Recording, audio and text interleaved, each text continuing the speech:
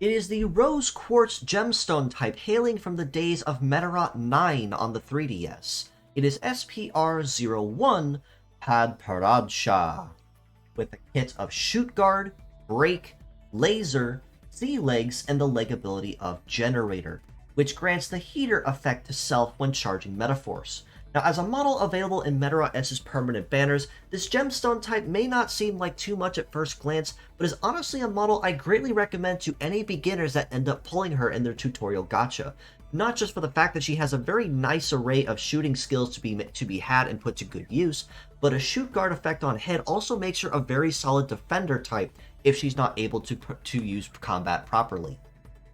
Shoot Guard on her head is a defense-based skill that, while active, while she may intercept any and all incoming attacks as any shield will, she will intercept and negate any shooting-based attacks. That means your basic rifle, hyper beam, ghost shot, or so on will be rendered and nullified at 0 damage. This, of course, can be cancelled by anyone using Destroy or Slip to break the guard or slip through it and cancel it, so exercise caution when using this shield in particular, especially given that it's also a head part.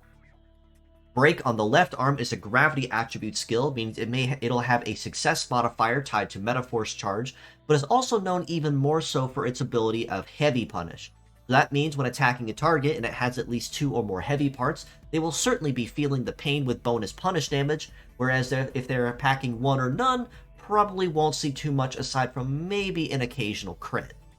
Laser on the left arm is also a Metaforce reliant attack, but is instead optic attribute, which means it grants a times 1.5 damage at 30% charge and a times 2 damage bonus at 100% charge, and is arguably this model's more consistent form of base damage once she has a charge going up.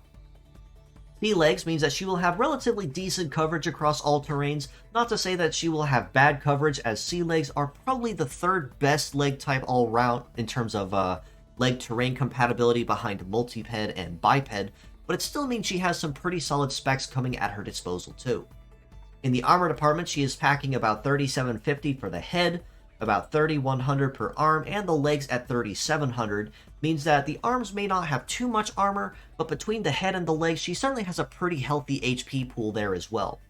Base damage actually isn't too shabby either, with Break having about 612, which again isn't too bad, but especially given that it has a success of 1221, means that it does have a very high likelihood of landing crits, especially if that heavy punish comes into play. And the Laser packing 967 isn't too shabby either, but once that damage modifier really starts coming in is where you really start seeing the pain.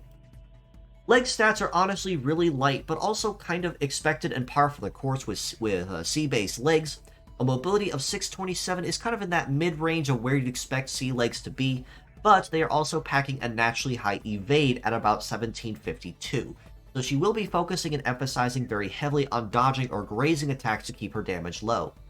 Plus, her legs are capable of supporting up to 2 heavy parts by themselves, which make them a very conventional sea leg you generally can't go wrong with using. And that's unfortunately kind of where it falls flat going forward with Padparadsha, because she has a melee resist of 606 and a shoot resist of 798, just barely 800 there. And because of this, even if she has a healthy HP pool, she has basically paper armor, and you will have to exercise a lot of caution when using these legs or this model in general on the field to try to keep the damage as low as possible. Plus, the generator leg ability, which just grants heater effect to self, will just buff her heat stat by about 50% or so, which, while a nice buff to be had, it does require you to charge Metaforce to activate it. So compared to other leg types that may have a conditional buff or even a terrain mastery, it does also kind of hold her back just a little bit.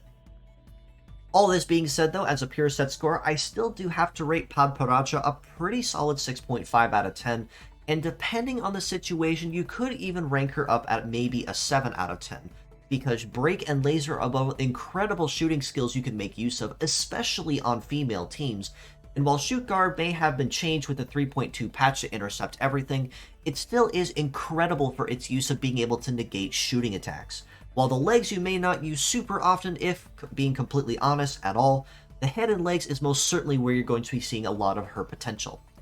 That being said, as mixed parts, I very easily have to rate her an 8 out of 10 for these very reasons. Shoot, Guard, Break, and Laser are incredible skills you can never ever go wrong with using, and given that none of them are heavy, means that you can fit them on a mono female team with very high flexibility and viability, allowing you to have a lot more comfort when building the team. While again, the sea legs may be something you don't use super often, as long as you can keep her covered and protected, especially from anyone using anti-sea attacks, you could still potentially use them as a fallback sea leg just to have, just in the rare case you might need them.